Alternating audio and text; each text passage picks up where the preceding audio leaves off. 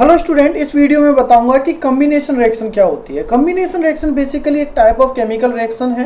ये class 10th का science चल रही है इस समय।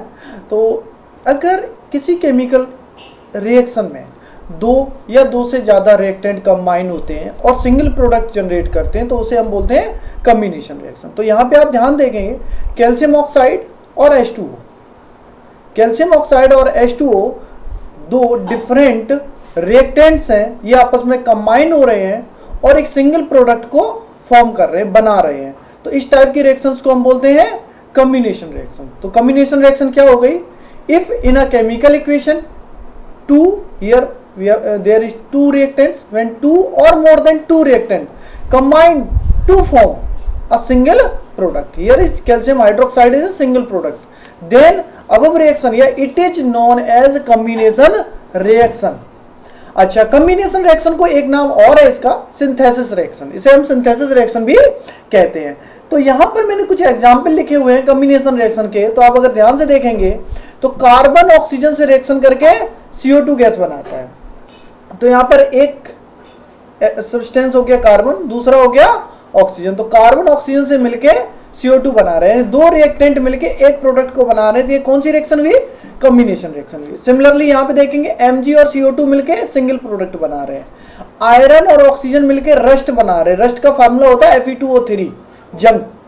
तो आयरन और ऑक्सीजन, आयरन में लोहे में जंग लग जाती है, ये वो केमिकल रिएक्शन है।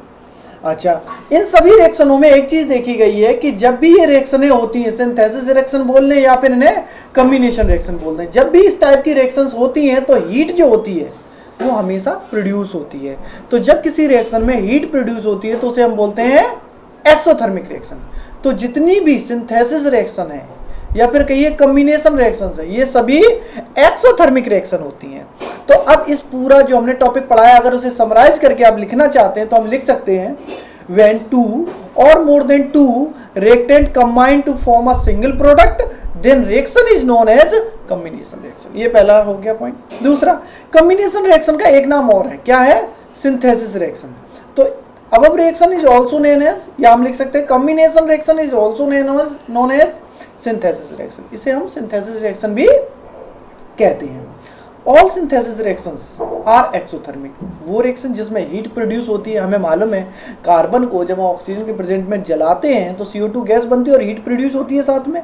तो इसका मतलब ये जितनी भी रिएक्शनें होती हैं combination reaction, most of reactions कैसी होती हैं? एक्सोथर्मिक रिएक्शंस होती हैं। तो हम लिख सकते हैं ऑल सिंथेसिस और combination reactions are exothermic reactions. I hope आपको ये टॉपिक समझ में आ गया होगा। अगर आपको ये टॉपिक हमारे वीडियो समझ में आया तो प्लीज़ आप हमारे वीडियो को शेयर करना, G+ करना ना भूलें। इसके अलावा आप हमारे इन सभी वीडियो को ऑर्गेनाइज तरीके से NCERThelp.com पर जाकर भी देख सकते हैं। NCERThelp.com। Thank you for watching this video.